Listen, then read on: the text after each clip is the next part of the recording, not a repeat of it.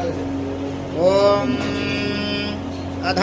सिद्धकुंजिका स्तोत्रं शिव उवाच ओम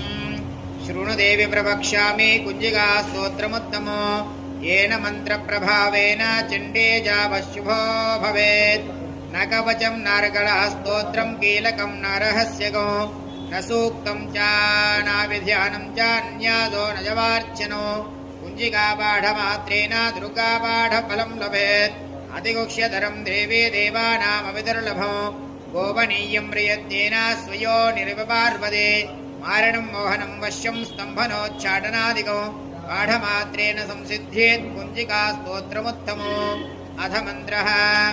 ओम ऐं ह्रीं क्लीं चामुण्डायै विच्चे ओम ग्लौं हुं क्लीं जूं सः ज्वालय ज्वालय ज्वल ज्वल प्रज्वल प्रज्वल ऐं ह्रीं क्लीं चामुण्डायै विच्चे ज्वल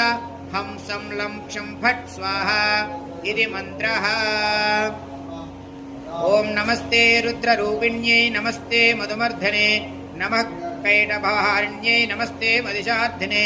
नमस्ते शुंभान्त्रे चाश्विनिशुंभा निशुंभासुरघादिने जागृतं हे महादेवे जपं सिद्धिं कुरुष्व मे ह्रीङ्कारे सृष्टिरूपायै ह्रीङ्कारे प्रतिपालिका ह्रीङ्कारे कामरूपिण्यै बीजरूपे नमोऽस्तुते। चामुण्डा चण्डघाते च ऐकारे वरदायिने विच्छे च भयदा नित्यं नमस्ते मन्त्ररूपिणे धाम धीम धूम धूर्जरे पत्नीं वां वीं वूं वागधीश्वरे क्रां क्रीं क्रूं कालिका देवी शां शीं शूं मे शुभं कुरु हुं हुं हुंकाररूपिण्ये जं जं जं जं जम्भनादिने ह्रां भ्रीं भ्रूं भैरवे भद्रे भवान्यै ते नमो नमः अं कं चं टं तं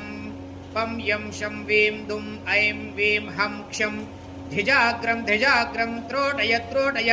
दीप्तं कुरु कुरु स्वाहा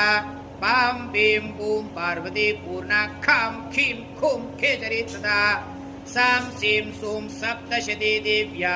मन्त्रसिद्धिं कुरुष्व मे इदं तु कुंजिका स्तोत्रं मन्त्रजागर्ति हेतवे अभक्तेनैव दातव्यं कूपितं सरक्ष पार्वती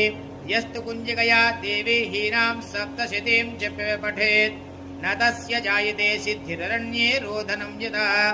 इति श्री रुद्रयामले गौरी तंत्रे शिव पार्वती संवादे